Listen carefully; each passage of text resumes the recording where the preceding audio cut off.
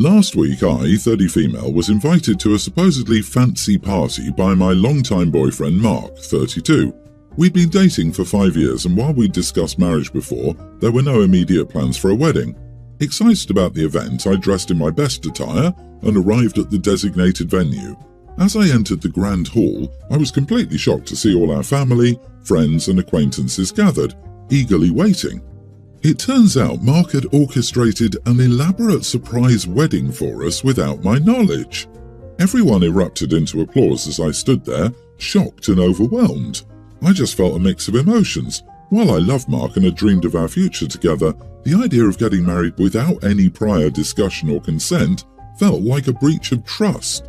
So I pulled Mark aside and tried to express my concerns and reservations about the surprise wedding.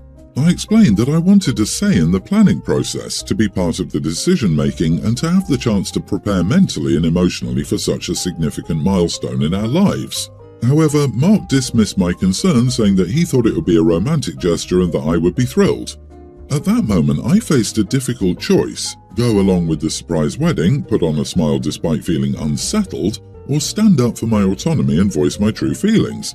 I ultimately made the decision not to proceed with the surprise wedding, much to the disappointment and confusion of our guests. Now I find myself at odds with Mark, our families, and even some of our friends who believe I overreacted and spoiled a beautiful moment.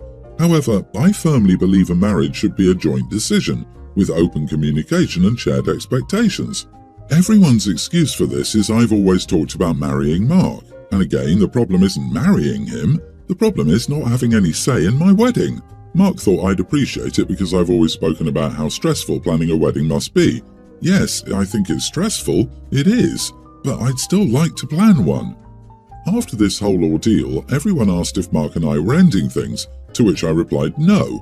I emphasised to them and Mark that I still wanted to marry him, and most feel like this is making me more of an idiot since I just wasted a perfectly fine wedding.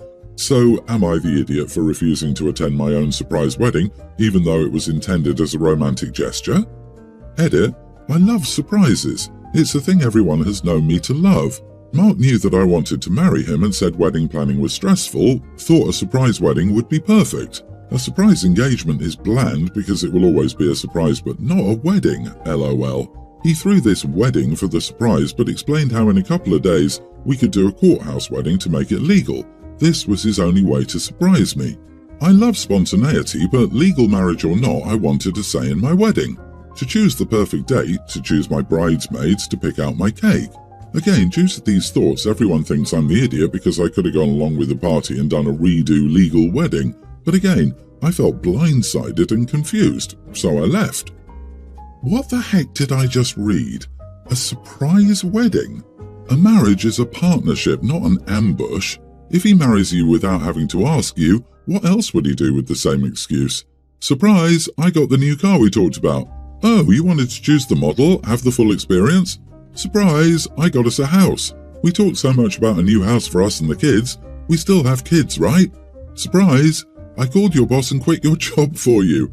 Enjoy being a stay-at-home mom to my kids. I exaggerate, but you get where I'm going. Make sure you keep control over your own life. I think the house and car are less egregious than a surprise wedding. I think if he showed up with an adopted child and said, surprise, he could one-up himself here. I mean, what we should be doing right now is giving Mark ideas. Honey, get the heck out of that relationship. You are not the idiot 100%.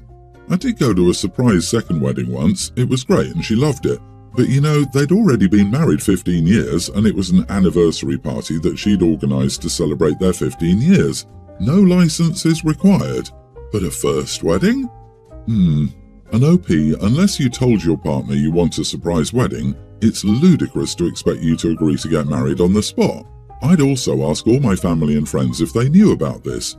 Who told this man this was a good idea? My sister-in-law is pregnant with their first child, and I get pregnancy is hard, but for the last few weeks she's been lashing out at my brother non-stop, and you can see he looks visibly stressed out now.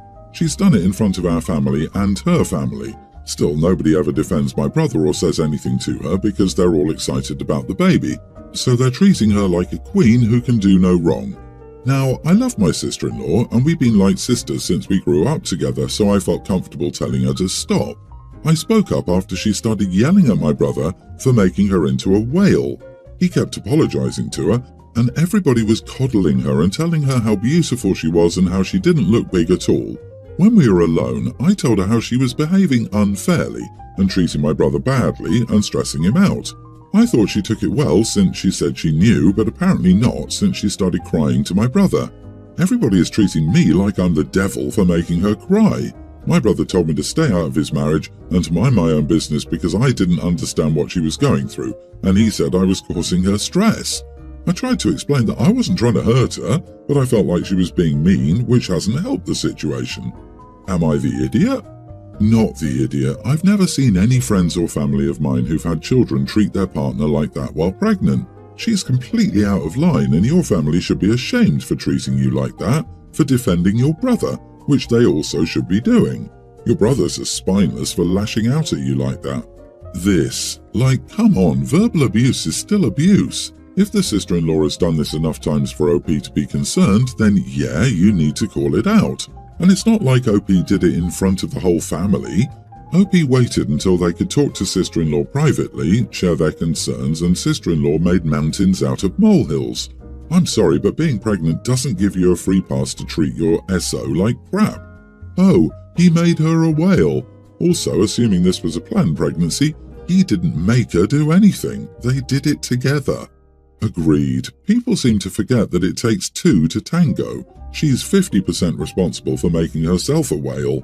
I don't think the occasional "you did this" comments at the end of the world, but if it's an ongoing pattern of lashing out at him in front of you and other people, in my opinion, that's taking it too far.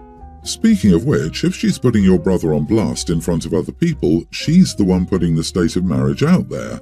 It's a little rich to let the world know how angry you are with your husband and then cry about relationship privacy when other people comment. My boyfriend is a bit angry with me at the minute, and it's got me wondering if I was in the wrong.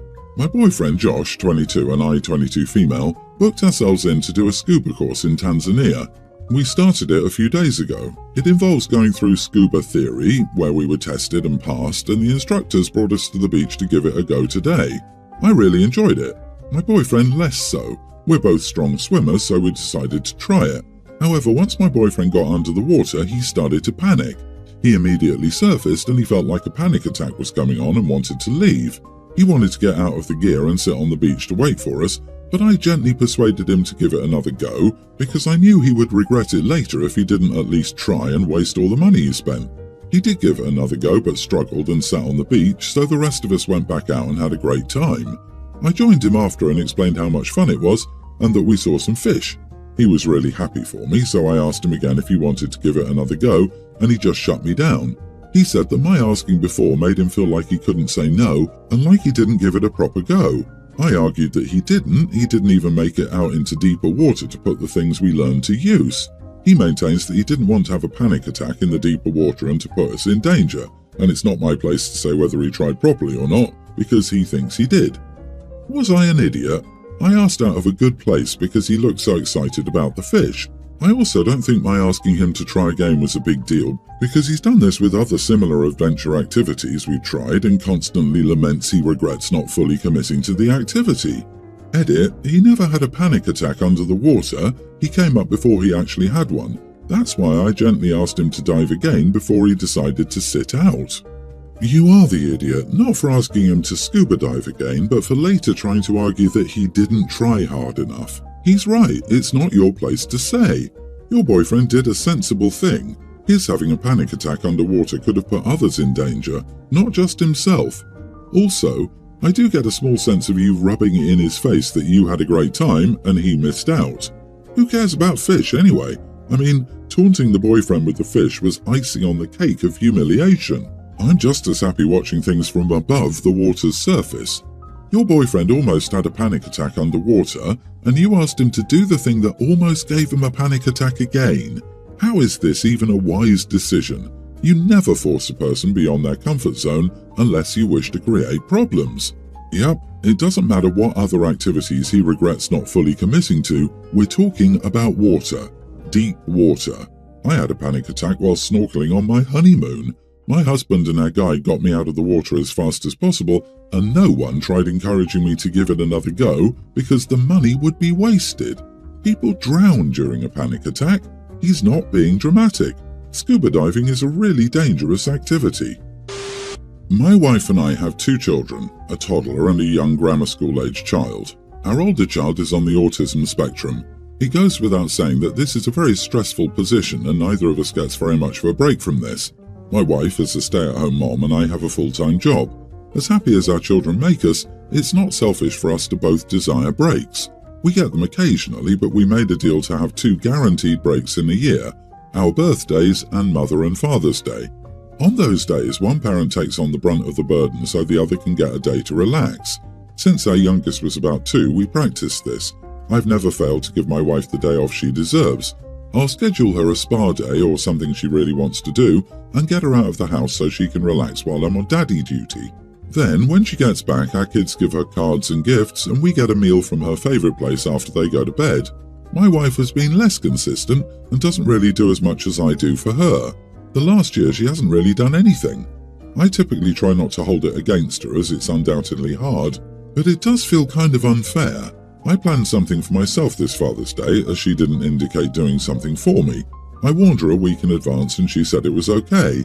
This was until about 3 days ago. My wife's old boss's dad passed away. She was invited to the funeral by the boss and she chose to attend the funeral, which was about 2 hours away. As a result, I had to cancel all of my plans and take care of the kids.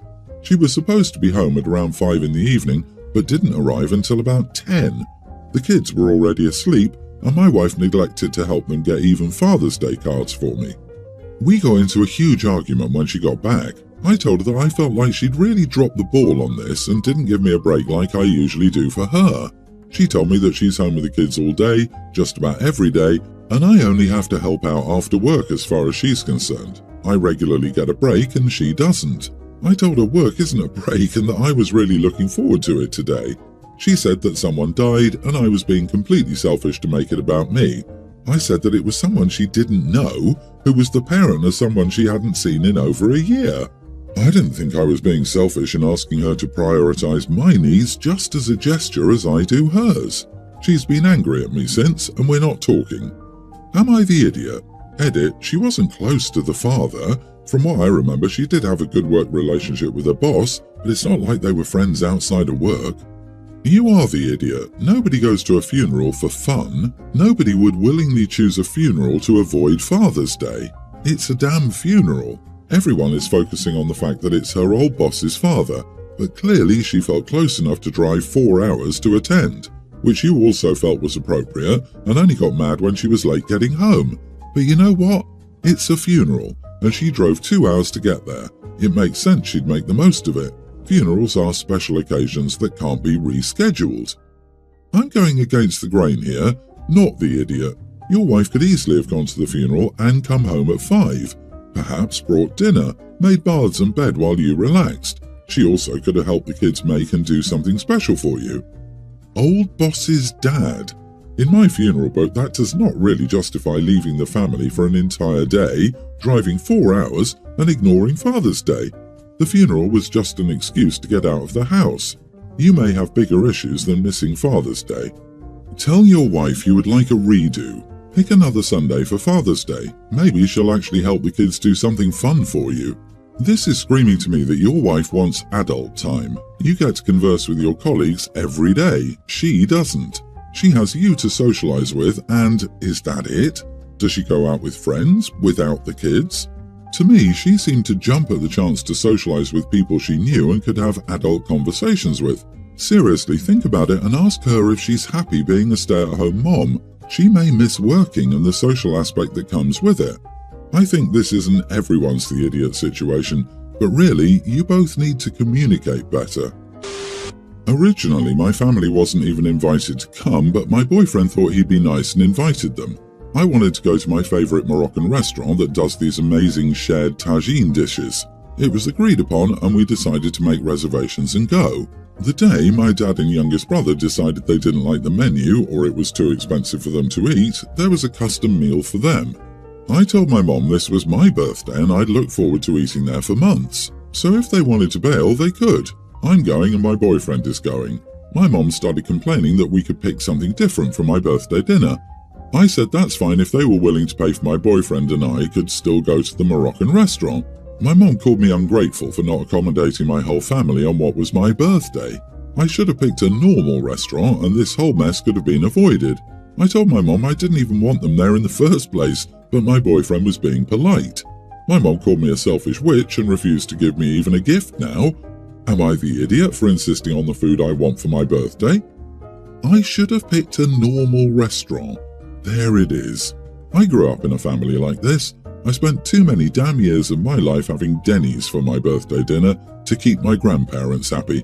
Now, every year my husband and I get sushi, Indian or Mediterranean. The spicier the better. Not the idiot, your family sucks. God forbid they suck it up for one meal to celebrate your birthday. Do you know what I do when I'm invited to a restaurant I don't like? I eat beforehand, then nibble on something inexpensive and drink water. I'm there for the people. That's what adults do. I'm sorry this is how things played out. How family can mess up the best laid birthday plans is amazing. It's your birthday, eat where you want. Your boyfriend was being nice to invite your family in the first place. He's a keeper. My mom called me a selfish witch and refuses to get me even a gift now. And you think you're the idiot? She's just given you the greatest gift, the opportunity to not be part of your life, and OP, if you're able to, I'd recommend taking it.